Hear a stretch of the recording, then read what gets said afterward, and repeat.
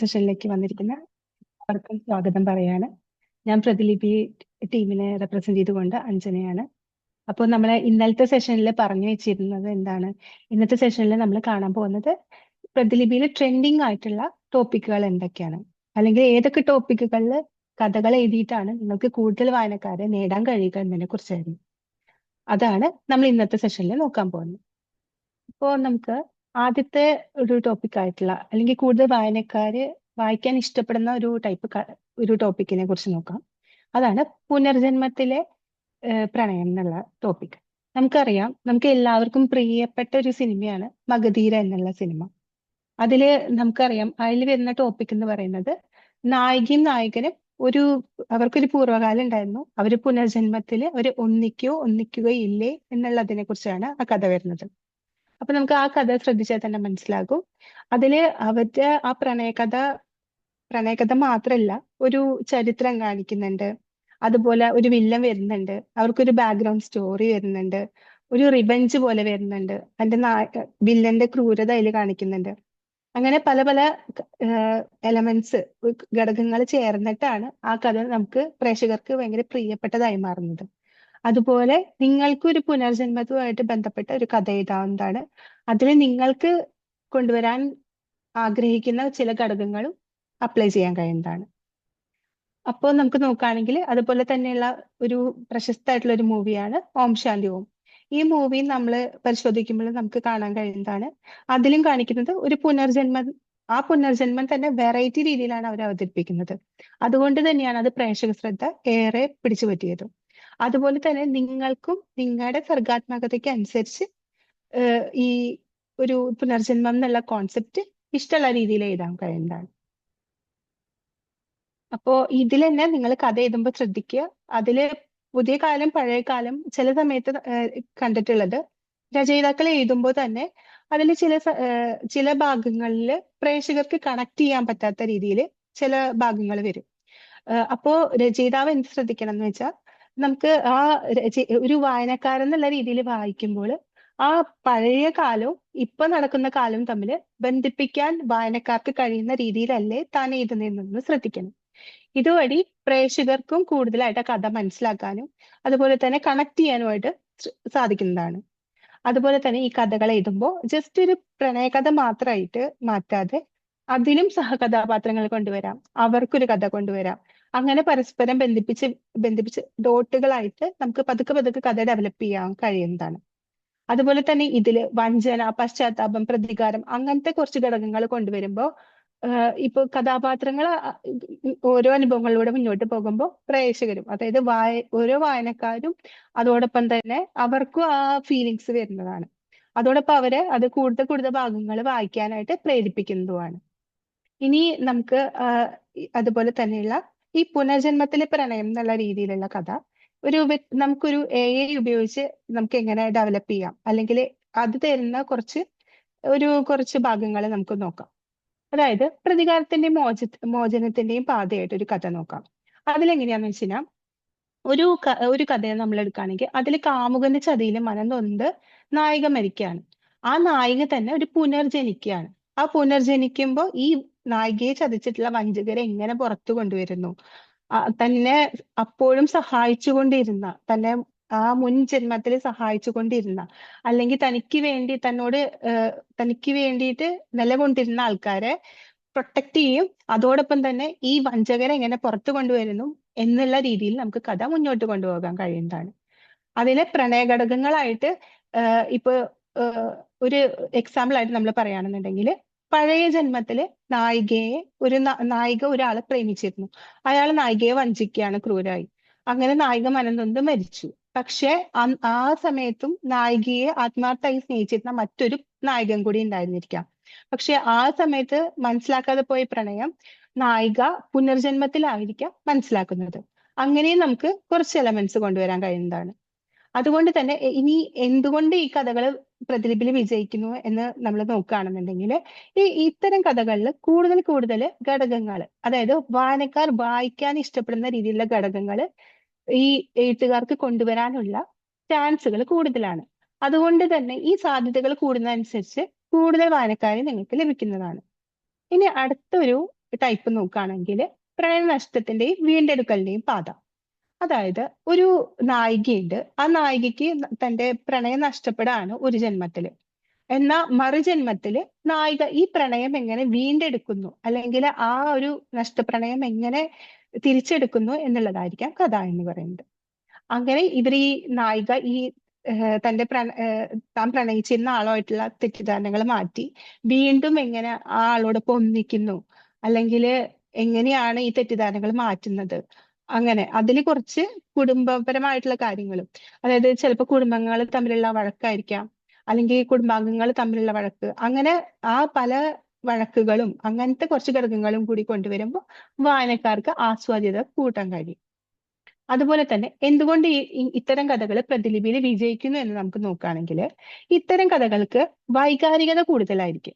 അതുകൊണ്ട് തന്നെ ഈ കഥാപാത്രങ്ങൾ ഓരോ സന്ദർഭങ്ങളിലും കടന്നു പോകുമ്പോൾ വായനക്കാർക്ക് താൻ കൂടിയാണ് അത്തരം സന്ദർഭങ്ങളിൽ കൂടി കടന്നു പോകുന്നതെന്നുള്ള ഒരു ഫീലിങ്സ് വരാൻ ചാൻസ് കൂടുതലാണ്.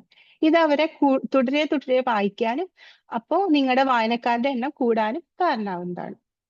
ഇനി നമ്മൾ അടുത്തൊരു ടൈപ്പ്, ഈ പുനർജന്മത്തിൽ തന്നെ വേറൊരു ടൈപ്പ് നോക്കുകയാണെങ്കിൽ ശക്തമായിട്ടുള്ള ഒരു പുനർജന്മപാത. ഇങ്ങനെ നോക്കുകയാണെങ്കിൽ നമ്മുടെ നായിക എന്ന് പറയുന്നത് കഴിഞ്ഞ ജന്മത്തിൽ വളരെ കഷ്ടപ്പാടായിരുന്നു നായികയ്ക്ക്. ചിലപ്പോൾ ഭർത്താവിനാലുള്ള ക്രൂരപീഡനങ്ങള്, അല്ലെങ്കിൽ വീട്ടുകാരിൽ നിന്നോ, അല്ലെങ്കിൽ അവൾക്ക് കഴിഞ്ഞ ജന്മത്തില് കുറെ അധികം യാതനകളും കഷ്ടപ്പാടും ആയിരുന്നു അവളുടെ ജീവിതത്തില്. പക്ഷെ ഇവള് എന്നാ അവൾക്ക് അതിലൊക്കെ സഹിച്ച് ജീവിച്ചിരുന്നവളായിരുന്നു അവൾ. പക്ഷെ പുനർജന്മത്തിൽ അവൾ ഇതെല്ലാം മറികടന്ന് ശക്തിയായി തിരിച്ചു വരികയാണ്. അപ്പോ അവള് ആത്മവിശ്വാസം ഉള്ളവളാണ്, മറ്റുള്ളവർക്കൊരു മാതൃക കൂടിയാണ്. ഇത് ഇങ്ങനെ വരുമ്പോൾ വായനക്കാർക്ക് കുറച്ചും കൂടി ഹരം കൊള്ളിക്കുകയും അതുപോലെ തന്നെ ഒരു ആത്മവിശ്വാസത്തിന്റെ പ്രതീകം ആയതുകൊണ്ട് തന്നെ അവർക്കത് കൂടുതൽ വായിക്കുവാനും തോന്നുന്നതാണ്. ഇതില് സ്ത്രീ മുന്നേറ്റം, വ്യക്തിഗത വളർച്ച, അല്ലെങ്കിൽ എങ്ങനെയാണ് ഇൻഡിപെൻഡന്റ് ആയി നിൽക്കുന്നത്, അങ്ങനത്തെ ഘടകങ്ങൾ വരുന്നത് കൊണ്ട് വായനക്കാർക്ക് കൂടുതൽ ആകർഷിക്കാൻ കാരണമാകാം. ഇനി ഉദാഹരണമായിട്ട് നമുക്കൊരു കഥ നോക്കാം. ഒരു കഥ നോക്കുകയാണെങ്കിൽ നായികയുടെ പേരാണ് നയന. നയനയുടെ കാമുകനായിരുന്നു ആര്യൻ. നയന ആത്മാർത്ഥമായിട്ടായിരുന്നു ആര്യനെ പ്രേമിച്ചിരുന്നത്. പക്ഷെ ആര്യൻ നയനയുടെ സ്വത്തുക്കൾ മാത്രം കൈക്കലാക്കാൻ വേണ്ടിയിട്ടായിരുന്നു നയനയെ പ്രേമിച്ചിരുന്നത്, അല്ലെങ്കിൽ പ്രേമം അഭിനയിച്ചിരുന്നത്. പക്ഷെ നയനേനെ എല്ലാവരിൽ നിന്നും അകറ്റി, അല്ലെങ്കിൽ നയനയുടെ വീട്ടുകാരെ തന്നെ എന്തെങ്കിലും ചെയ്തു എന്നാക്കാം. അങ്ങനെയായിട്ട് നയനേനെ ഒരു രീതിയില് നയനയ്ക്ക് മനോനില തെറ്റി എന്നുള്ള രീതിയിൽ ആര്യൻ വരുത്തി തീർക്കാണ്. അങ്ങനെ അവളെ എല്ലാവരിൽ നിന്നും അകറ്റി ലാസ്റ്റ് നയനയെ ആത്മഹത്യ ചെയ്യാൻ പ്രേരിപ്പിക്കുകയാണ് ആര്യൻ. എന്നാല് നയന ഈ ഒരു ജന്മം കഴിഞ്ഞ് പുനർജനിക്കുകയാണ് അവന്തിക എന്ന പേരിൽ. അവളൊരു ഗ്രാമപ്രദേശത്ത് ഒരു ഗ്രാമീണ പെൺകുട്ടിയായിട്ടായിരുന്നു ജീവിക്കുന്നുണ്ടായിരുന്നത്. പക്ഷെ അവൾക്ക് പല അനുഭവങ്ങൾ താൻ നേരിടുമ്പോഴും ഇതെല്ലാം ഞാൻ എപ്പോഴും ഞാൻ നേരിട്ടിട്ടുണ്ടല്ലോ, ഒരു ദേജാവു പോലെ വരികയാണ്. ഇതെല്ലാം ഞാൻ എപ്പോഴും കണ്ടിട്ടുണ്ട്, എല്ലാം ഞാൻ എപ്പോഴും അനുഭവിച്ചിട്ടുണ്ട്. അങ്ങനെ ഒരു നിമിഷത്തിൽ അവള് വീണ്ടും പഴയ ഓർമ്മകളിൽ തിരിച്ചു വരികയാണ്. അങ്ങനെ അവള് മനസ്സിലാക്കാണ് ഞാൻ അവന്തിക മാത്രമല്ല, ഞാൻ നയന കൂടിയാണെന്നുള്ളത്. അതുകൊണ്ട് നയന ഈ ആര്യന്റെ മെന്റൽ ഹോസ്പിറ്റലിൽ തന്നെ, അല്ലെങ്കിൽ ആര്യന്റെ ഉടമസ്ഥതയിലുള്ള ആ മെന്റൽ ഹോസ്പിറ്റലിൽ ഒരു സൈക്യാട്രിസ്റ്റ് ആയിട്ട് തിരിച്ചു വന്ന് ആര്യന്റെ ഈ കള്ളത്തരങ്ങളൊക്കെ പൊളിക്കുന്നത് നമുക്കൊരു കഥയായിട്ട് ആക്കാൻ കഴിയുന്നതാണ്. ഇതിലൂടെ നമുക്ക് പല പല ഇമോഷൻസ്, അതായത് ഒരു രചയിതാവ് എന്നുള്ള രീതിയിൽ നിങ്ങൾക്ക് നയനയ്ക്ക് പുതിയൊരു റിലേഷൻഷിപ്പ് ഉണ്ടാവുന്നത് വേണമെങ്കിൽ ആക്കാം. അതുപോലെ നയന അനുഭവിക്കുന്ന മനോവിഷമങ്ങള്, നയനയുടെ ഒറ്റപ്പെടലുകള്, അല്ലെങ്കിൽ ഒരു ചതി, ഒരു വഞ്ചന, അങ്ങനത്തെ ഇത് നയന എങ്ങനെ നേരിടുന്നു, നയന എങ്ങനെയാണ് കോൺഫിഡൻസോടുകൂടി ഇതെല്ലാം ശക്തമായി നേരിട്ട് മുന്നോട്ട് വരുന്നത് എന്നുള്ളത് ഭംഗിയായി അവതരിപ്പിക്കുകയും ഇതുമൂലം ഓരോ വായനക്കാരിലും കൂടുതൽ ഇനി എന്തെന്നുള്ള ഒരു ആകാംക്ഷ ചെലുത്താനും കഴിയുന്നതാണ്. അത് ഈ കഥകളിൽ തന്നെ നിങ്ങൾക്ക് വേണമെങ്കിൽ ഇപ്പോ നയനയുടെ ജീവിതത്തിലും നല്ല കഥാപാത്രങ്ങൾ ഉണ്ടെന്നുള്ള രീതിയിൽ, അല്ലെങ്കിൽ നയനയുടെ കൂടെ നിൽക്കുന്ന ചിലരെങ്കിലും ഉണ്ടായിരുന്നു എന്നുള്ള രീതിയിൽ കാണിക്കാൻ കഴിയുന്നതാണ്. അതിന് എക്സാമ്പിൾ ആണ് ഇപ്പൊ നയനയുടെ ഒരു നല്ല സുഹൃത്ത്, അല്ലെങ്കിൽ തുല്യനായിട്ടുള്ള ഒരു വ്യക്തി, അങ്ങനെ കുറച്ച് കഥാപാത്രങ്ങളും കൂടി കൊണ്ടുവന്ന് കുറച്ചുകൂടി ഇമോഷണൽ ആയിട്ടുള്ള രംഗങ്ങൾ നിങ്ങൾക്ക് കൊണ്ടുവരാൻ കഴിയുന്നതാണ്. ഇനി അടുത്തതായിട്ട് പുനർജന്മ പ്രണയകഥയുടെ വിജയത്തിന് എന്തെല്ലാം ഘടകങ്ങളാണ് ഇമ്പോർട്ടന്റ് ആയിട്ടുള്ളതെന്ന് നമുക്ക് നോക്കാം. ഒരു ശക്തമായിട്ടുള്ള ഒരു കാരണം പുനർജന്മത്തിന് ആവശ്യമാണ്. വെറുതെ ഒരു കഥാപാത്രം പുനർജന്മം എടുത്തു എന്നുള്ളത് അത്ര അധികം രസകരമായിട്ട് തോന്നില്ല.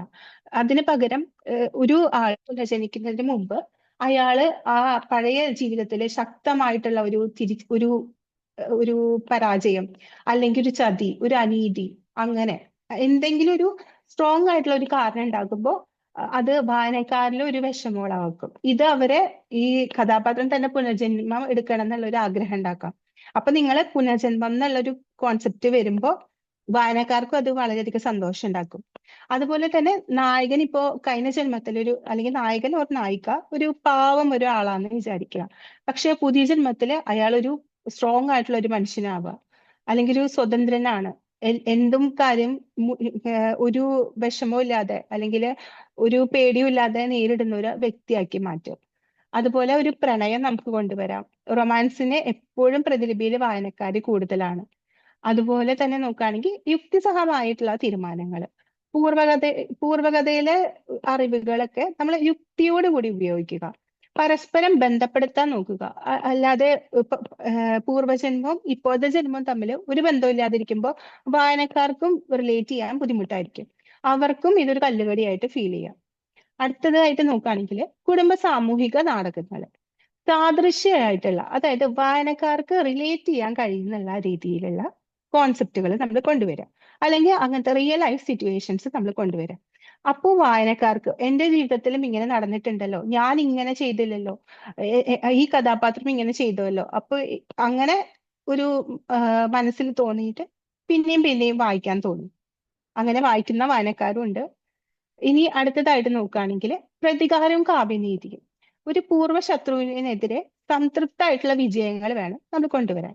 ഒരു പൂർവ്വജന്മം എടുത്ത് വരുന്ന ഒരു നായകൻ, ഒരു നായിക ഉം ആ വീണ്ടും ഒരു ജന്മം എടുക്കുമ്പോൾ അതിൽ വിജയിക്കുന്ന രീതിയിലല്ലെങ്കിൽ വായനക്കാർക്കും ഒരു എന്തിനാണ് ഇങ്ങനെ ഒരു പൂർവ്വജന്മം എന്ന് പോലും തോന്നിപ്പോയേക്കാം. അതുകൊണ്ട് തന്നെ അവർക്ക് കഴിഞ്ഞ ജന്മത്തിൽ ഒരു ഫെയിലിയർ, എന്തെങ്കിലും ശക്തമായിട്ടുള്ള ഒരു അടി കിട്ടിയിട്ടുണ്ടായിരിക്കണം. അതെങ്ങനെ അവര് നേരിട്ടു, എങ്ങനെ അവര് മറികടന്നു എന്നുള്ളതായിരിക്കണം അടുത്ത ജന്മത്തിലെ കഥയായിട്ട് കൊണ്ടുവരേണ്ടത്. പിന്നെ ഉദ്വേഗമായിട്ടുള്ള അല്ലെങ്കിൽ എന്തെങ്കിലും സസ്പെൻസ്, അല്ലെങ്കിൽ ഇതുവരെ വായനക്കാരെ ഞെട്ടിക്കുന്ന രീതിയിലുള്ള എന്തെങ്കിലും ഒരു എലമെന്റ് കൊണ്ടുവരുമ്പോൾ കൂടുതൽ ആസ്വാദ്യമാകും നിങ്ങളുടെ കഥകൾ. ഇനി അടുത്തതായിട്ട് നമുക്ക് അടുത്തൊരു വിഷയം നോക്കാം. പ്രതിലിപിയിലെ ഏറ്റവും കൂടുതൽ വായനക്കാരുള്ള ഒരു ടോപ്പിക്കാണ് സ്ത്രീ കേന്ദ്ര കഥകൾ. ഇതിൽ നമുക്ക് നോക്കുകയാണെന്നുണ്ടെങ്കിൽ നമുക്ക് പ്രതിലിപിയിൽ അറിയാം, പ്രതിലിപിയിൽ ഒട്ടുമിക്ക നല്ല കഥകളും സ്ത്രീകളെ കേന്ദ്രീകരിച്ചിട്ടുള്ള കഥകളായിരിക്കും. സ്ത്രീകളുടെ ലൈഫ്, അവരെ എങ്ങനെ ഒരു പ്രശ്നം നേരിടുന്നു, അല്ലെങ്കിൽ അവരുടെ ജീവിതത്തിൽ നേരിട്ട് കൊണ്ടിരിക്കുന്ന പ്രശ്നങ്ങൾ എന്തൊക്കെയാണ്, അങ്ങനെ. ഇപ്പൊ നമുക്ക് ഹൗ ഓൾഡ് ആർ യു എന്നുള്ള ഒരു മൂവി തന്നെ ഒരു എക്സാമ്പിൾ ആയിട്ട് എടുക്കുകയാണെങ്കിൽ അതിലെ മഞ്ജു വാര്യർ അവതരിപ്പിച്ചിട്ടുള്ള നിരുപമ എന്നുള്ള ക്യാരക്ടർ നോക്കുകയാണെങ്കിൽ തുടക്കത്തില് ഒരു സാധാരണക്കാരി, കളക്ടറേറ്റില് ജോലി ചെയ്യുന്ന, എന്നാൽ ഒരു സാധാരണ ഒരു അത്യാവശ്യം മടിയൊക്കെയുള്ള, നമുക്ക് റിലേറ്റ് ചെയ്യാൻ കഴിയുന്ന ഒരു കഥാപാത്രമാണ്. എന്നാല് അവളുടെ ജീവിതത്തിലേക്ക് അവളുടെ പഴയ സുഹൃത്ത് തിരിച്ചു വരുമ്പോൾ അവളുടെ ലൈഫ് എങ്ങനെയാണ് മാറുന്നത്, അല്ലെങ്കിൽ അവൾ ആ മടിയെ മാറ്റി വെച്ച് എങ്ങനെയാണ് മുന്നോട്ട് വരുന്നത് എന്നുള്ളതാണ് ആ കഥയായിട്ട് വരുന്നത്. അത് എല്ലാവർക്കും ഒരു ഇൻസ്പിറേഷൻ ആയിട്ടുള്ള ഒരു കഥയാണ്. അതുപോലെ തന്നെ നിങ്ങൾ കഥ എഴുതുമ്പോഴും ഒരു പൂർവ്വകാലം നായികയുടെ ഒരു വളരെ ഭീരുവായിട്ടുള്ള, ആരെയും എതിർക്കാത്ത, എല്ലാ കാര്യങ്ങളും മറ്റുള്ളവർ തീരുമാനിക്കാനായിട്ട് അവസരം കൊടുക്കുന്ന, തന്റെ ജീവിതത്തിൽ ഒരു തീരുമാനവും തന്റേതല്ലാത്ത ഒരു കഥാപാത്രമായിരിക്കാം. എന്നാൽ ആ കഥ മുന്നോട്ട് പോകും തോറും ആ കഥാപാത്രം എങ്ങനെ മുന്നോട്ട് വരുന്നു, അല്ലെങ്കിൽ ആ പ്രതിസന്ധികളൊക്കെ മറികടന്ന് എങ്ങനെ നല്ലൊരു ശക്തിയായി മാറുന്നു എന്നുള്ള രീതിയിലേക്ക് നിങ്ങൾക്ക് കഥ മാറ്റാൻ കഴിയുന്നതാണ്. ഇത് വായിക്കുന്ന ഓരോരുത്തർക്ക് ഇൻസ്പിറേഷൻ ആയി മാറുകയും അതോടൊപ്പം തന്നെ ഇനി എന്തെന്ന് അറിയാനുള്ള ഒരു ആവേശം ചെലുത്തുകയും ചെയ്യും. ഇനി അതോടൊപ്പം തന്നെ ഇപ്പോ സ്ത്രീ കഥാപാത്രങ്ങളുടെ ഇത്തരത്തിലുള്ള കഥകൾ നിങ്ങൾ എഴുതുമ്പോൾ അതിൽ കുറച്ച് കുടുംബപരമായിട്ടുള്ള ചില പ്രശ്നങ്ങൾ, അല്ലെങ്കിൽ അവരുടെ വീട്ടിലെ ആളുകൾ തമ്മിലുള്ള ചില വിദ്വേഷങ്ങള്, അല്ലെങ്കിൽ ആ കുടുംബ ഇപ്പോ ഒരു സ്ത്രീ കഥാപാത്രം ഉണ്ട്, ആ കഥാപാത്രത്തിന് മുന്നോട്ട് പോകാനായിട്ട് ചില സമയത്ത് കുടുംബാംഗങ്ങൾ തന്നെ ഒരു വിലങ്ങുതടി ആവുകയാണ്. ഇപ്പോ ഹവൾഡാറിയയില് നമ്മൾ നിരുപമയുടെ ഭർത്താവായിട്ടുള്ള നിരഞ്ജന്റെ പോലെ തന്നെ ഒരു എതിർപ്പായിട്ട് നിൽക്കുന്ന കഥാപാത്രങ്ങളുണ്ട്. അവരെ മറികടന്ന് നമ്മുടെ കേന്ദ്ര കഥാപാത്രം എങ്ങനെ മുന്നോട്ട് പോകുന്നു എന്നുള്ളതിനെ കൊണ്ടുവരാം. ഇത് നമുക്കും വായിക്കുന്ന പ്രേക്ഷകർക്ക് ഒരു ഊർജ്ജമാവുന്നു, അതുപോലെ തന്നെ നല്ലൊരു വായനാനുഭവം നൽകുന്നതുമാണ്. ഇനി നമുക്ക് ഈ സ്ത്രീ കേന്ദ്ര കഥാപാത്രങ്ങൾ ഉപയോഗിച്ചിട്ടുള്ള കഥകളിൽ എങ്ങനെ പല പല ടൈപ്പുകൾ എങ്ങനെയൊക്കെ ഉണ്ടെന്ന് നമുക്ക് നോക്കാം. അതിലൊരു ടൈപ്പാണ് സിംഗിൾ മദർ. അതായത് നമുക്കറിയാം, ഒരു നായിക, ആ നായിക ഒറ്റയായി നിന്ന്, അതായത് അവളുടെ ഭർത്താവ് ഉപേക്ഷിച്ചതായിരിക്കാം, അല്ലെങ്കിൽ ഭർത്താവ് മരിച്ചതായിരിക്കാം, അല്ലെങ്കിൽ ചതിക്കപ്പെട്ടവളായിരിക്കാം. അവള് സ്വന്തമായി നിന്ന് ആദ്യ സഹായമില്ലാതെ തന്റെ കുഞ്ഞിനെ എങ്ങനെ വളർത്തുന്നു, അങ്ങനത്തെ ഉള്ള ഒരു കഥയിൽ അവൾ അനുഭവിക്കുന്ന യാതനകൾ, അല്ലെങ്കിൽ അവൾ എങ്ങനെ ഒരു പ്രതിസന്ധി ഘട്ടത്തിനെ നേരിടുന്നു, അങ്ങനത്തെ ചില ഒരു ഘടകങ്ങൾ പ്രയോഗിക്കുന്നത് മൂലം വായനക്കാർക്ക് അത് കൂടുതൽ ഊർജാവന്നതാണ്. അതുപോലെ നമുക്കൊരു ഉദാഹരണമായിട്ട് എടുക്കുകയാണെങ്കിൽ, ഭർത്താവ് വഞ്ചിച്ചിട്ട് അനന്യ, നമ്മുടെ നായികയാണ് അനന്യ. അനന്യനെ ഭർത്താവ് വഞ്ചിക്കുകയാണ്. അവള് രണ്ട് കുഞ്ഞുങ്ങളെയും സ്വന്തമായിട്ട് വളർത്തിക്കൊണ്ട്, എന്നാൽ അതോടൊപ്പം തന്നെ കരിയറും ബാലൻസ് ചെയ്യാൻ പാടുപെട്ടുകൊണ്ട് അവള് ജീവിക്കുകയാണ്. ആ സമയത്ത് അവള് ഈ നമുക്കറിയാം, അത് കേൾക്കുന്ന ഏതൊരാൾക്കും എന്തൊരു നിരാശജനകമായിട്ടുള്ള ഒരു ജീവിതമാണ് അനന്യയുടെയും തോന്നിപ്പോവാം. പക്ഷെ അത് അവള് പ്രശ്നമായി എടുക്കാതെ അവൾ അത് എങ്ങനെ മറികടന്ന് സ്വന്തമായ ഒരു ജീവിതം പടുത്തുയർത്തുന്നു. അല്ലെങ്കിൽ ഒരു സ്റ്റാർട്ടപ്പ് തുടങ്ങാണ് അവള്, എന്നിട്ട് അതൊരു വിജയം നേടാണ്, കൂടുതൽ സ്ത്രീകൾക്ക് ജോലികൾ കൊടുക്കാണ്. അങ്ങനെ ഒരു ഒരു മോട്ടിവേഷൻ രീതിയിൽ നിങ്ങൾക്ക് കഥകൾ ഫോം ചെയ്യാൻ കഴിയുന്നതാണ്. ഇനി അടുത്തതായിട്ട് നോക്കുകയാണെങ്കിൽ, ഒരു അതിമാനുഷിക ശക്തികളും അതുപോലെ തന്നെ പ്രതികാരവും എന്നുള്ള രീതിയിൽ. ഇപ്പൊ നമുക്കറിയാം, ഒരു സ്ത്രീ ഒരു ഹൊററും ഇമോഷനും ചേർന്ന രീതിയിൽ നമുക്ക് കഥ എടുക്കാവുന്നതാണ്. അതായത് ഒരു കൊലപാതകത്തിനും അതുപോലെ തന്നെ ഒരു അനീതിക്ക് ഇരയായിട്ടുള്ള ഒരു സ്ത്രീ, ഒരു നമുക്കറിയാം, ശരിക്കും പറഞ്ഞാൽ മരിച്ചു കഴിഞ്ഞാൽ തിരിച്ചു വരുന്നില്ല. പക്ഷെ ഇതില് അമാനുഷികമായിട്ട് ആ കഥാപാത്രം തിരിച്ചു വരികയാണ്. തിരിച്ചു വന്നതിന് ശേഷം അവളുടെ മരണത്തിന് കാരണമായിട്ടുള്ളവരെ തെരഞ്ഞെടുത്ത് അവരെ ഉപദ്രവിക്കുകയോ കൊല്ലുകയോ അങ്ങനെ രീതിയിൽ നമുക്ക്, അല്ലെങ്കിൽ അവർക്ക് വേണ്ട ശിക്ഷ മേടിച്ചു കൊടുക്കുകയാണ്. ആ രീതിയിൽ കഥാപാത്രം നമുക്ക് കഥ ഫോം ചെയ്യാൻ കഴിയുന്നതാണ്. ഇത് ഒരു രീതിയിൽ ഹൊററും അതുപോലെ തന്നെ ത്രില്ലിങ്ങും അതുപോലെ തന്നെ ഫീമെയിൽ സെൻട്രിക്കും ആയതുകൊണ്ട് തന്നെ പ്രേക്ഷകർക്ക് കൂടുതൽ വായിക്കാൻ ആവേശം ഉണ്ടാവുന്നതാണ്. ഒരു ഉദാഹരണമായിട്ട് പറയുകയാണെന്നുണ്ടെങ്കിൽ, ഭർത്താവ് വെറുതെ ഒരു സ്നേഹം അഭിനയിക്കുക മാത്രമാണ്. ചിലപ്പോൾ ഭർത്താവിന് വേറെ അഫയേഴ്സ് ഉണ്ടായിരിക്കാം. അതിൽ മനം നൊന്ത് രാധിക ആത്മഹത്യ ചെയ്യാണ്. പക്ഷെ അവളുടെ ആത്മാവ് ആ വീടിനകത്ത് തന്നെ നിൽക്കുകയാണ്. ആ വീടിനകത്ത് നിന്ന് അയാള് ഇവിടേക്ക് വീണ്ടും താമസം മാറുമ്പോൾ ആ ഭർത്താവിനെ ഇവളെ ഇങ്ങനെ വേട്ടയാടുകയാണ്, ഒരു ആത്മാവ് എന്നുള്ള രീതിയിൽ. അങ്ങനെ ഒരു കഥ നമുക്ക് ഫോം ചെയ്യാൻ കഴിയുന്നതാണ്. ഇനി അടുത്തതായിട്ട് നോക്കുകയാണെന്നുണ്ടെങ്കിൽ, വിവാഹമോചനത്തിന് ശേഷമുള്ള ജീവിതം എങ്ങനെയാണെന്ന് നമുക്ക്, അതായത് ഒരു വേദനാജനകമായിട്ടുള്ള ഒരു ജീവിതമായിരുന്നു നമ്മുടെ നായികയുടേത്. ആ നായികയുടെ ഫ്ലാഷ് ബാക്കിൽ നിന്നോ അല്ലെങ്കിൽ ഇപ്പോൾ ഉള്ള ഒരു അവസ്ഥ, അതായത് ഒരു ഡിവോഴ്സിന് ശേഷം അവള് കെട്ടിപ്പടുത്തുയർത്താൻ ശ്രമിച്ചുകൊണ്ടിരിക്കുകയാണ് അവളുടെ തകർന്നറിഞ്ഞ ജീവിതം. അതിൽ നിന്നോ നിങ്ങൾക്ക് തുടങ്ങാവുന്നതാണ്. അപ്പോ അവൾ എങ്ങനെയാണ് അത് പടുത്തുയർത്തുന്നതെന്നും, അല്ലെങ്കിൽ അവൾ എങ്ങനെയാണ് സ്വന്തമായിട്ടൊരു സമാധാനവും സന്തോഷവും ഇതെല്ലാം നേടുന്നതെന്നും നമുക്ക് പതുക്കെ പതുക്കെ കൊണ്ടുപോകുന്നത് എഴുതാവുന്നതാണ്. ഇതിൽ തന്നെ നിങ്ങൾക്ക് വേണമെങ്കിൽ നായികയ്ക്ക് വേറൊരു പുതിയൊരു ആളുമായിട്ട് റിലേഷൻഷിപ്പോ അല്ലെങ്കിൽ ഒരു നല്ലൊരു ഫ്രണ്ട്ഷിപ്പോ അങ്ങനെ വരുന്നതും, ആ വ്യക്തി നായികയെ സ്വന്തം ജീവിതത്തിൽ എങ്ങനെയാണ് കൂടുതൽ മുന്നോട്ട് പോകാനായിട്ട് സഹായിക്കുന്നതെന്നും നിങ്ങൾക്ക് കൊണ്ടുവരാവുന്നതാണ്.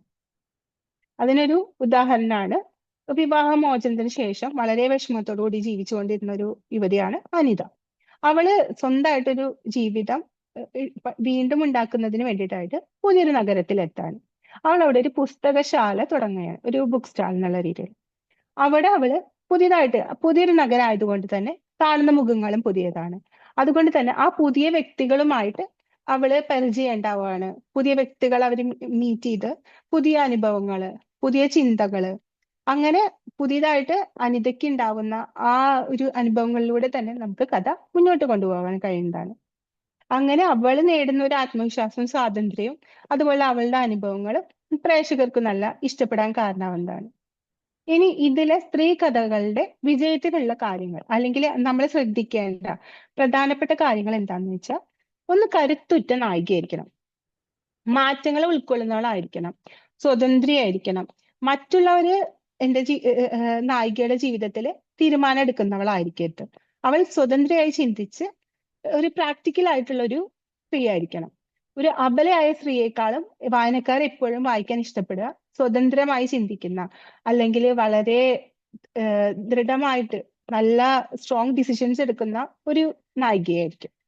അതുപോലെ വൈകാരിക വളർച്ച. ചിലപ്പോൾ അവള് വളരെയധികം വിഷമങ്ങളിലൂടെ കടന്നു പോയിട്ട് ചിലപ്പോൾ അവള് ആദ്യകാലങ്ങളിൽ ഭയങ്കര പാവമായിരുന്നിരിക്കാം. എല്ലാ പ്രശ്നങ്ങളും മറ്റുള്ളവരെ ആശ്രയിച്ച് ജീവിച്ചിരുന്നവളായിരിക്കാം. പക്ഷെ അതിൽ നിന്ന് കഥാപാത്രത്തിന് ഒരു വളർച്ച ഉണ്ടായിരിക്കണം. ആ വളർച്ചയാണ് വായനക്കാരെ കൂടുതൽ കൂടുതൽ വായിക്കാനായിട്ട് ആകർഷിക്കുക. ഇനി അടുത്തതായിട്ട് നോക്കുകയാണെങ്കിൽ യാഥാസ്ഥിതികമായ വെല്ലുവിളികൾ. ചില സമയങ്ങളിൽ നമുക്ക് തന്നെ അറിയാം, സ്ത്രീകള് സ്വന്തം കുടുംബങ്ങളിൽ നിന്ന് തന്നെ ചില സമയങ്ങളിൽ കുറെ അധികം പ്രശ്നങ്ങൾ നേരിടാം. ചിലപ്പോ വീട്ടുകാര് കൂടുതൽ പഠിക്കുന്നതിൽ നിന്ന് അല്ലെങ്കിൽ ചെറിയ പ്രായത്തിൽ തന്നെ കല്യാണം കഴിക്കുന്നതിനോട് അങ്ങനെയും ആ നായികയെ ഫോഴ്സ് ചെയ്യാം, അല്ലെങ്കിൽ ഇഷ്ടമില്ലാത്ത ഒരാളുമായിട്ടുള്ള വിവാഹത്തിന് ഫോഴ്സ് ചെയ്യാം. അതിനുശേഷം അവൾ അതിൽ നിന്ന് എങ്ങനെ മോചിതയാകുന്നു, അവൾ എങ്ങനെ അവൾ ആഗ്രഹിച്ച ജീവിതത്തിലേക്ക് മാറുന്നു, അങ്ങനെ ഒരു കരിയർ എങ്ങനെ നേടുന്നു, ആ രീതിയിലേക്ക് നമുക്ക് കഥ എഴുതാവുന്നതാണ്.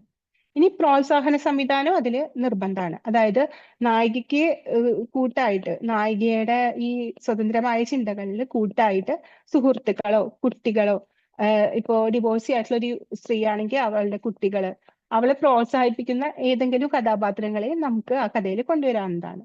അതുപോലെ തന്നെ പതിയെ പതിയെ ഉടലെടുക്കുന്ന ചില ബന്ധങ്ങൾ.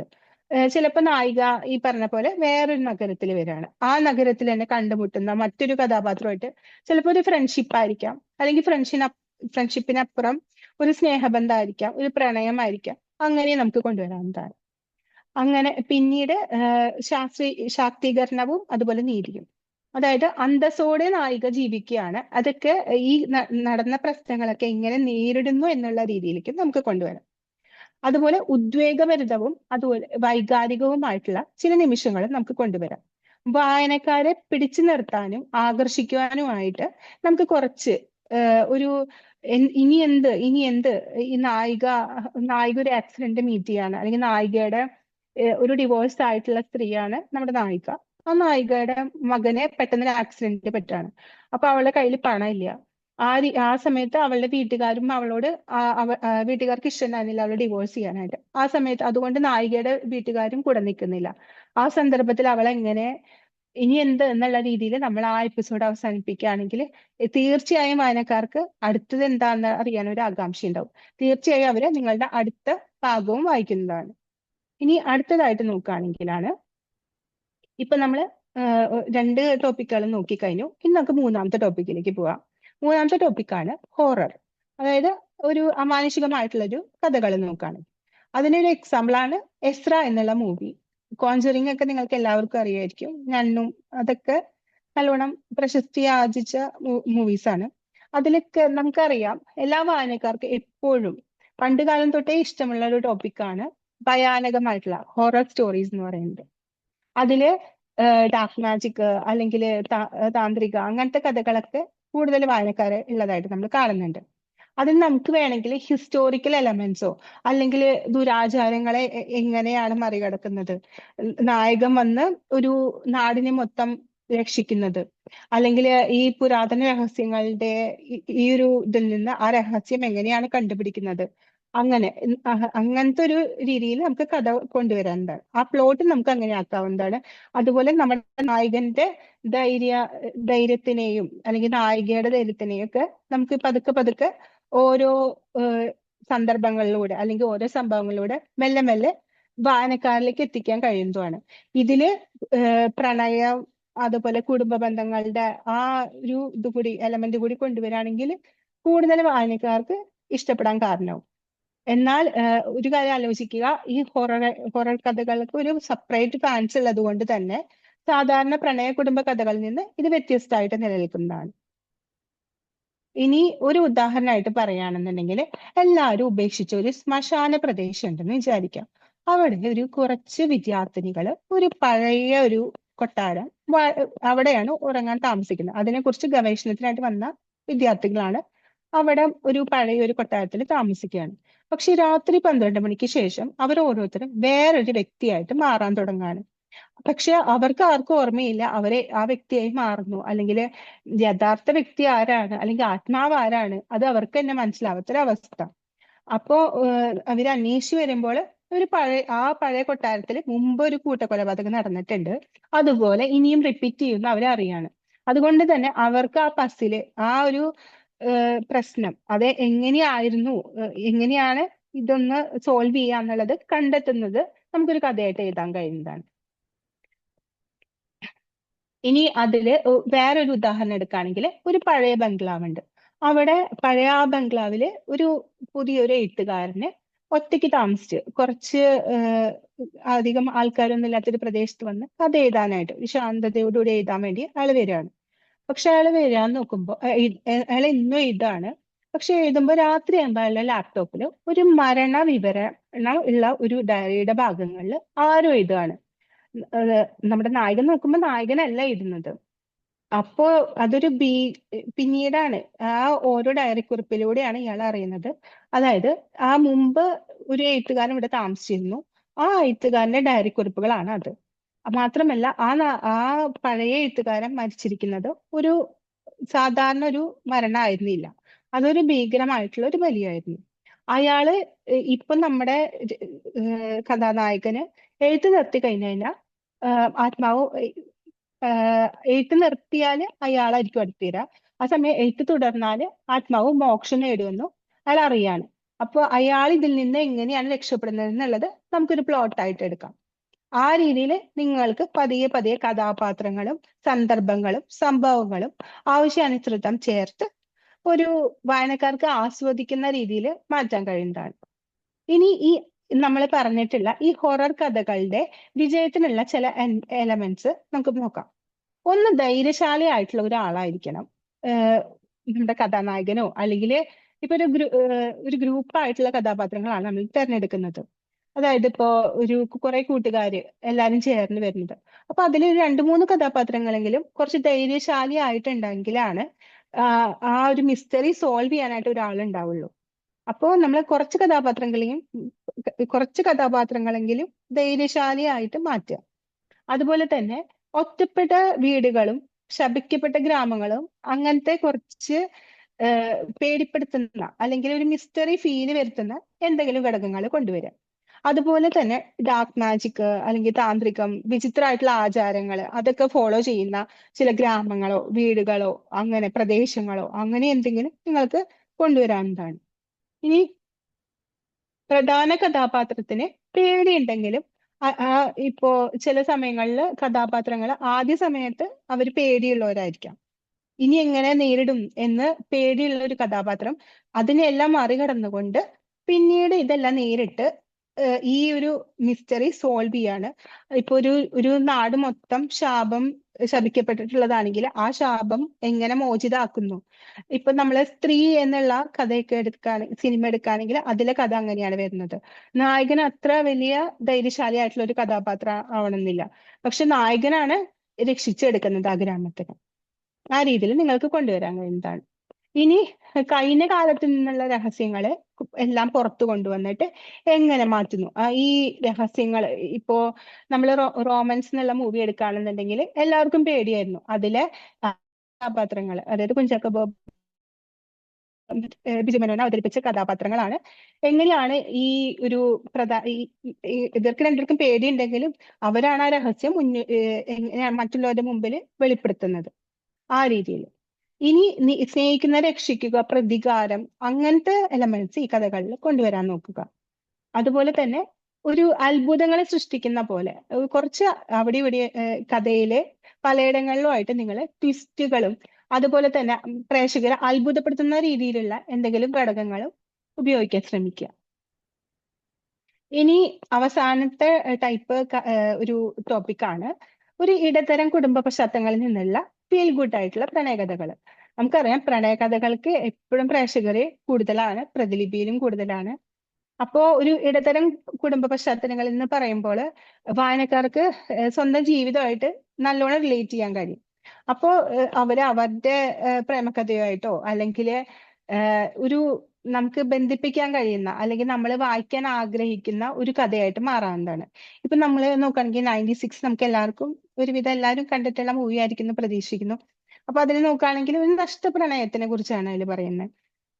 വിജയ് സേതുപതിയുടെ ക്യാരക്ടർ ഇപ്പോഴും കാത്തിരിക്കുന്നു, അല്ലെങ്കിൽ അയാൾക്കൊരു നഷ്ടപ്രണയം ഇപ്പോഴും മനസ്സിന്റെ ഉള്ളിലുണ്ട് എന്നുള്ളത് നമുക്കത് അവസാനവും മനസ്സിലാക്കാൻ കഴിയുന്നതാണ്.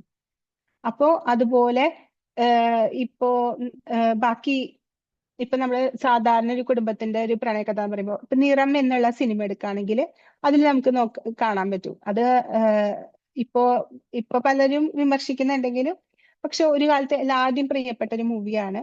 അതായത് അതെങ്ങനെയാണ് ഇവർ തമ്മിലുള്ള പ്രണയം മുന്നോട്ട് പോകുന്നത്. അതായത് അതിലെ കുഞ്ചാക്കോബന്റെ ക്യാരക്ടർ ആദ്യം ഇഷ്ടപ്പെടുന്നുണ്ടെങ്കിലും പിന്നെ ഫ്രണ്ട്ഷിപ്പിന് വേണ്ടിയിട്ട് മാനിച്ചുകൊണ്ട് അത് വേണ്ടാന്ന് വെക്കുകയാണ്. പിന്നീട് ബിബിഷന്റെ ക്യാരക്ടർ അറിയാണ്.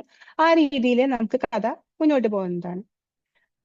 അങ്ങനെ നമുക്ക് ഒരു പ്രേക്ഷകർക്ക് റിലേറ്റ് ചെയ്യാൻ പറ്റുന്ന രീതിയിൽ ഒരു കഥ മുന്നോട്ട് കൊണ്ടുപോകുന്നതാണ്. ഇനി അതിനൊരു എക്സാമ്പിൾ ആയിട്ട് നോക്കാം. ഒരു അച്ഛന്റെ ചെറിയൊരു സ്റ്റേഷനറി കടയിൽ ഒരു സഹായിക്കാൻ നിൽക്കുകയാണ് ഐശ്വര്യം. അപ്പോഴാണ് ഈ ചെറിയ പ്രായത്തിൽ തന്നെ കുടുംബത്തിന്റെ എല്ലാ ബാധ്യത ഏറ്റെടുത്തിട്ട് അവിടെ പണിക്ക് വന്ന് നിൽക്കുന്ന അർജുനും തമ്മിൽ കണ്ടുമുട്ടുന്നത്. അപ്പൊ അവർക്ക് രണ്ടുപേർക്കും സ്വന്തം കുടുംബങ്ങളെ എങ്ങനെയെങ്കിലും ഉയർത്തണം, അങ്ങനത്തെ ഉള്ള ഒരു ചിന്തയിലാണ് അവർ രണ്ടുപേരും. അങ്ങനെ അവര് ഓരോ രാത്രിയിൽ അവരിങ്ങനെ പണിക്ക് നിൽക്കുമ്പോൾ അവര് പരസ്പരം സംസാരിച്ച് അങ്ങനെയാണ് അവര് പരസ്പരം താങ്ങും തണലും ആവാണ്. അവര് രണ്ടുപേരും അങ്ങോട്ടും ഇങ്ങോട്ടും ആത്മവിശ്വാസം നൽകുകയാണ്. അങ്ങനെ ഒരാൾക്ക് എന്തെങ്കിലും പ്രശ്നം വരുമ്പോൾ മറ്റൊരാൾ കൂടെ നിൽക്കുകയാണ്. ആ രീതിയിൽ ആ കഥ മുന്നോട്ട് പോകുന്ന പോലെ കൊണ്ടുപോകാം. അങ്ങനെ ഒരാൾക്ക് വിജയത്തിന് വേണ്ടി മറ്റൊരാൾ പ്രയത്നിക്കുന്നതൊക്കെ വായനക്കാർക്ക് കൂടുതലായിട്ട് ഇഷ്ടപ്പെടാൻ കാരണമാവാം. ഇനി വേറൊരു ടൈപ്പ് കഥ നോക്കുകയാണെങ്കിൽ ഒരു ബാംഗ്ലൂരിൽ IT ജോലി ചെയ്യുന്ന ഒരു ചെറിയ ബ്രേക്ക് ഒക്കെ എടുത്ത് അനൂപ് വരികയാണ്. അപ്പൊ ഒരു ബ്രേക്കിനിടയിൽ ഇനി എന്താണ് ചെയ്യേണ്ടതെന്ന് അറിയാതെ ഇനി എന്താ എന്നുള്ളൊരു ഐഡിയ ഒന്നും ഇല്ലാതെ വെറുതെ ഒരു ആസ്വദിക്കാൻ വേണ്ടി വന്നതാണ് അനൂപ് എന്ന് വിചാരിക്കാം. ആ സമയത്താണ് അവിടെ കഫേയിൽ ജോലി ചെയ്യുന്ന ഒരു മീരയെ കാണുന്നത്. ആയതുകൊണ്ട് തന്നെ പെട്ടെന്ന് അടുക്കാണ്. അവരുടെ ഒരു പ്രണയകഥ നമുക്ക് കൊണ്ടുവരാം. അതിൽ തന്നെ സഹകഥാപാത്രങ്ങളും ഇവരുടെ ലൈഫിനെ എങ്ങനെ കണക്ട് ചെയ്യുന്നു എന്നുള്ളതും കൊണ്ടുവരുമ്പോൾ കൂടുതൽ വായനക്കാർക്ക് ഇഷ്ടപ്പെടും. ഇനി വിപിനും അനന്യയും കുറിച്ച് നോക്കാം. ഒരു വ്യാപാരിയായിട്ടുള്ള അച്ഛനെ സഹായിച്ചിട്ട് പുസ്തകശാല നോക്കി നടത്തുന്ന ഒരാളായിരുന്നു വിപിൻ, നമ്മുടെ കഥാനായകൻ. അവന് ഇങ്ങനെ പുസ്തകങ്ങൾ വായിക്കുക അല്ലെങ്കിൽ പത്രത്തിലെ ലേഖനങ്ങൾ വായിക്കുക അതൊക്കെയായിരുന്നു കൂടുതൽ താല്പര്യം. ആ സമയത്താണ് അവിടേക്ക് ഒരു ദിവസം വരുന്ന അനന്യ എന്ന് പറയുന്നത് അച്ഛന്റെ കാരണം ആകെ ഒരു ഡിപ്രഷൻ മോഡിലുണ്ടായിരുന്ന അവള് പെട്ടെന്നൊരു ബ്രേക്ക് ഒക്കെ എടുത്ത്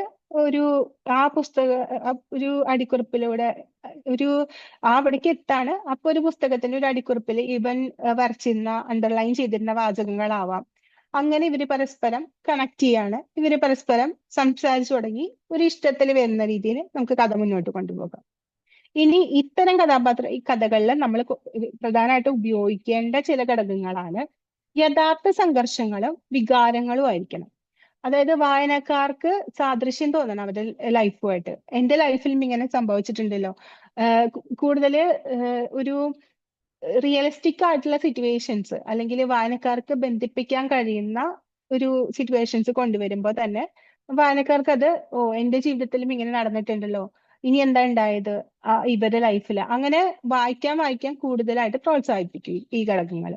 അതുപോലെ തന്നെ വിശ്വാസവും സൗഹൃദവും ശക്തിപ്പെടുന്നത് അത് പതിയെ ആയിരിക്കണം. പെട്ടെന്ന് ഒരു ലവേഴ്സ് സൈറ്റിനേക്കാളും കൂടുതൽ വായനക്കാർ കൂടുതൽ ഒരു ആസ്വാദനം കൂടുതലായിട്ട് വായനക്കാർക്ക് ബന്ധപ്പെടാൻ അല്ലെങ്കിൽ ബന്ധിക്കാൻ കഴിയുന്നത് ഇതുപോലെ പതുക്കെ പ്രണയത്തിലാവുന്ന ഒരു കപ്പിളിനെ ആയിരിക്കാം.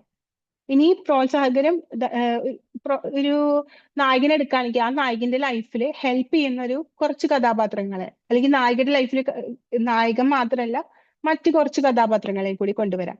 അവരും എങ്ങനെയാണ് ഇവരുടെ ഒരു ലൈഫിനെ ബന്ധിപ്പിക്കുന്നത് അല്ലെങ്കിൽ ഇവരുടെ ലൈഫിനെ എങ്ങനെയാണ് എഫക്ട് ചെയ്യണതെന്ന് നമുക്ക് കൊണ്ടുവരാൻ കഴിയുന്നതാണ്.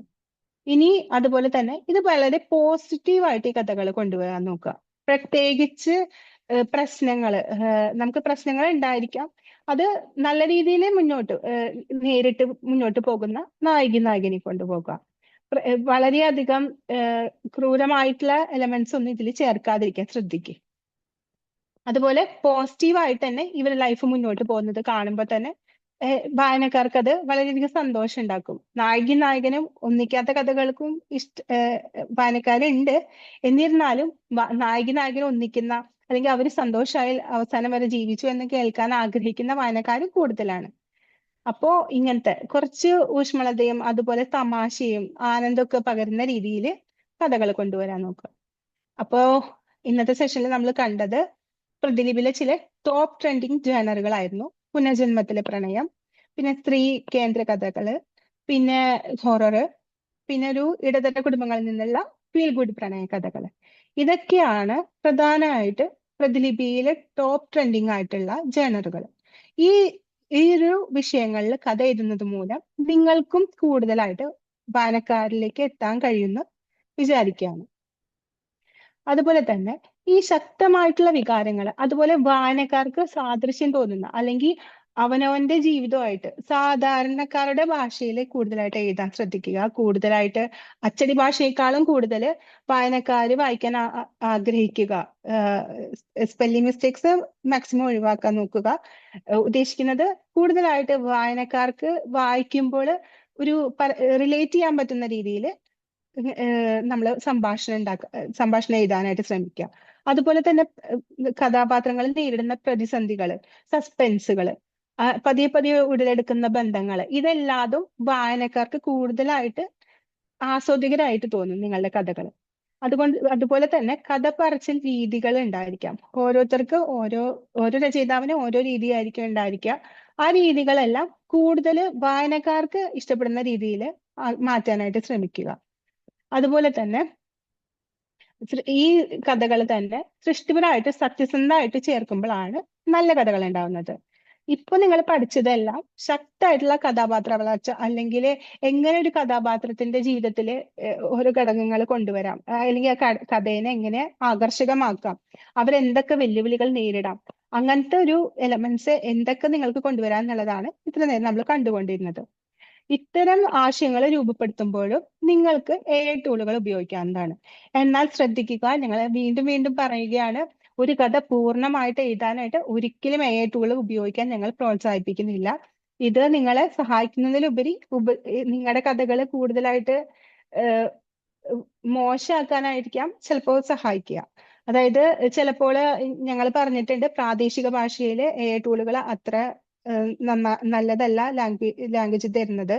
അതുകൊണ്ട് തന്നെ ചില സമയങ്ങളിൽ നിങ്ങൾ ഒരു AI ടൂളിനെ മൊത്തമായിട്ട് ആശ്രയിച്ച് ഒരു കഥ എഴുതുകയാണെങ്കിൽ ആ ഒരു കഥ വായനക്കാർക്ക് വളരെയധികം ഒരു അനാർഷകമാക്കി മാറ്റാം.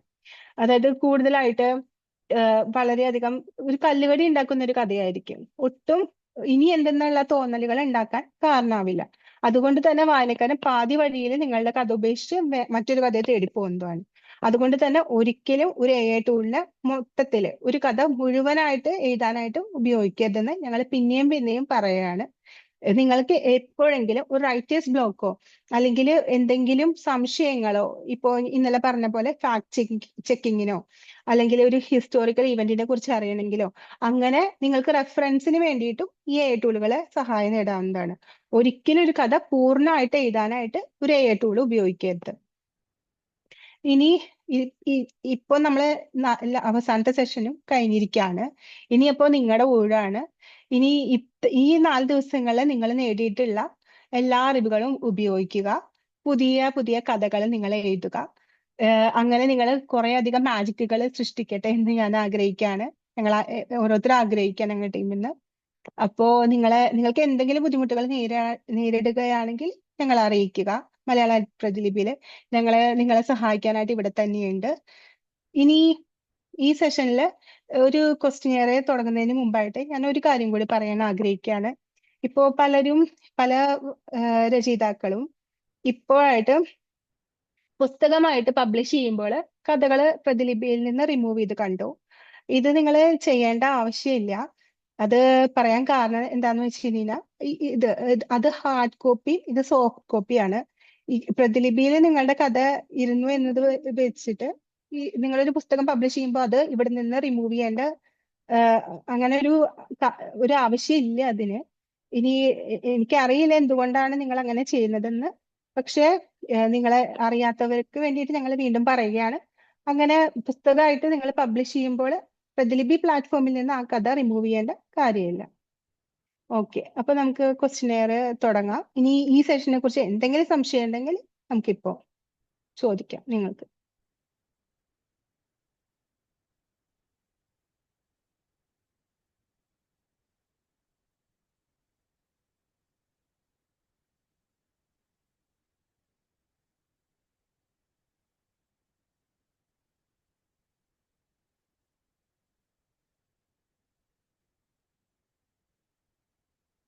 Thank you നിസി.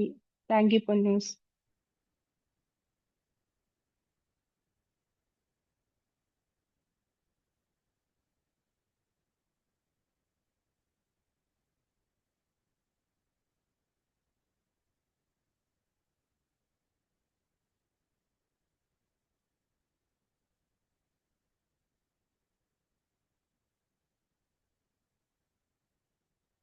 ഇത്തവണ ഉണ്ടാവുന്നതാണ് Pratilipi creative programme season 4. Oh, thank you Musheena. Museena.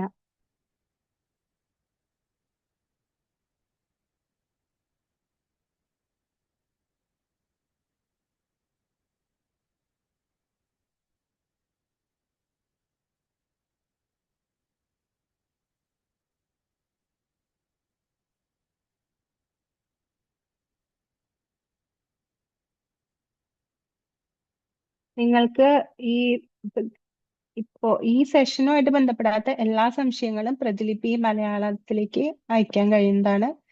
എല്ലാ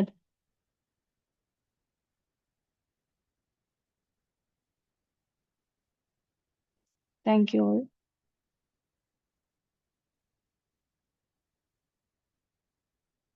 അത് ചില സന്ദർഭങ്ങളിൽ ഒരു കഥ വായിച്ച് മുന്നോട്ട് പോയി ഒരു ഒരു ഭാഗത്തെത്തുമ്പോൾ ചിലപ്പോൾ വായനക്കാർക്ക് അത് ആസ്വാദികരമല്ലാതെ തോന്നാം. അപ്പോൾ അടുത്ത ഭാഗത്തേക്ക് പോവാതിരിക്കാം. ഇത്തരം സന്ദർഭങ്ങളിൽ നിങ്ങൾക്ക് AI ടൂൾ ഉപയോഗിച്ച് കൂടുതൽ ആകർഷകമാക്കാൻ ശ്രമിക്കാം നിങ്ങളുടെ കഥകൾ. Thank you Sasi sir.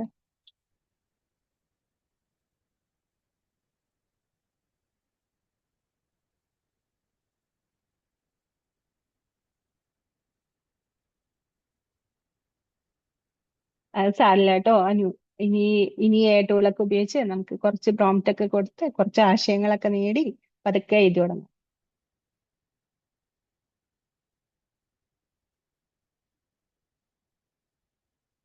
I റേറ്റൂല, അതെനിക്ക് മനസ്സിലായില്ല ഗീത. കുറച്ചുകൂടി വ്യക്തമാക്കാമോ ഗീത മാം?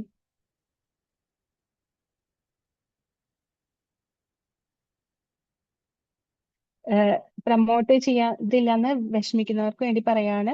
നിങ്ങൾ കഥകൾ കൂടുതൽ കൂടുതൽ എഴുതുന്നതിലൂടെ മുന്നോട്ട് പോകുന്നതിലൂടെ നിങ്ങളുടെ മികച്ച കഥകളെ എപ്പോഴും പ്രമോട്ട് ചെയ്യാനും തിരഞ്ഞെടുക്കപ്പെടുന്നതാണ്.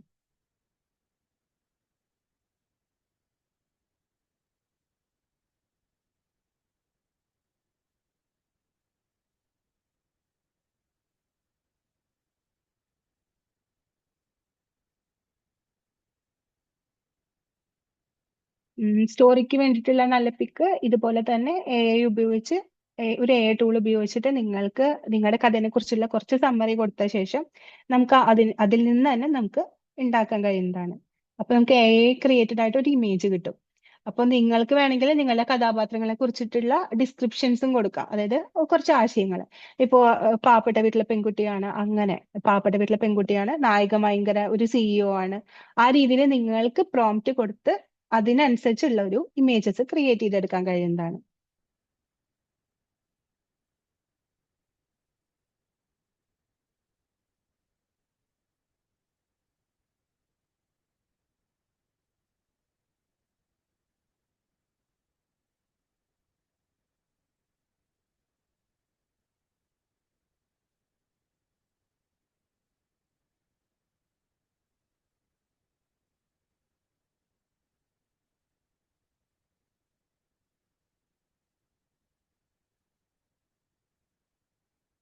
നിങ്ങൾ തുടർച്ചയായിട്ട് എഴുതുന്നതിലൂടെ കൂടുതൽ വായനക്കാരിലേക്ക് എത്താൻ കഴിയുന്നതാണ്. അപ്പോൾ നമ്മൾ ഒരു ഭാഗം വായിച്ചില്ല, വായനക്കാർ കുറവാണ് എന്ന് വെച്ച് നമ്മൾ നിർത്തിയിട്ട് ഇന്നലെ പറഞ്ഞതുപോലെ തന്നെ കൺസിസ്റ്റൻസി ഈസ് ദ കീ. അതുകൊണ്ട് തന്നെ തുടർച്ചയായിട്ട് എഴുതിക്കൊണ്ടിരിക്കുക. നിങ്ങളുടെ രചനകൾ നിങ്ങൾ തന്നെ കൂടുതലായിട്ട് എഴുതുന്നതിലൂടെ നിങ്ങളുടെ സർഗാത്മകത കൂടുകയും അതുപോലെ തന്നെ കൂടുതൽ കൂടുതൽ നിങ്ങൾക്ക് നന്നായിട്ട് എഴുതാൻ കഴിയുന്നതുമാണ്.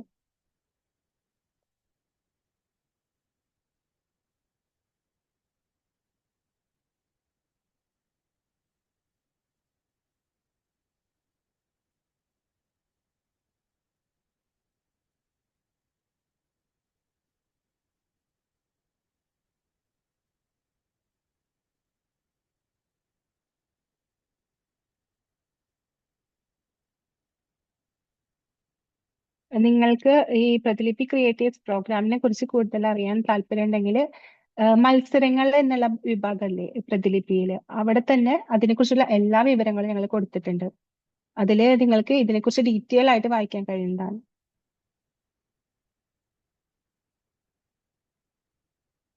രേഷ്മ ഉദ്ദേശിച്ചത് ഒരു കഥയാണോ അതിലധികം കഥകൾ എഴുതേണ്ടതുണ്ടോ?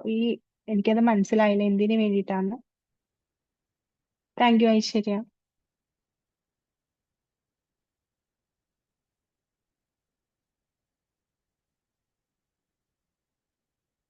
അപ്പോ നിങ്ങൾക്ക് എല്ലാവർക്കും ഇന്നത്തെ സെഷനും ഇഷ്ടപ്പെട്ടു എന്ന് കരുതാണ്. അപ്പോ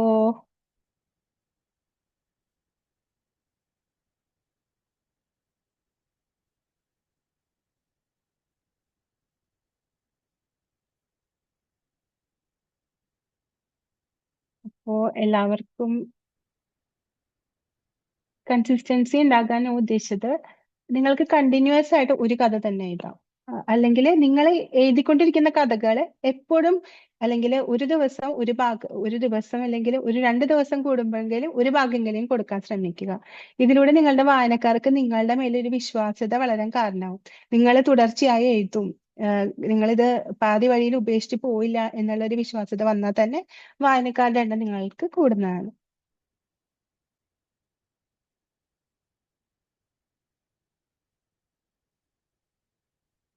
നിങ്ങൾക്ക് ഈ സെഷനുമായിട്ട് ബന്ധപ്പെടാത്ത എല്ലാ കാര്യങ്ങളും പ്രതിലിപി മലയാളത്തിലേക്ക് അയച്ച് ചോദിക്കാവുന്നതാണ്.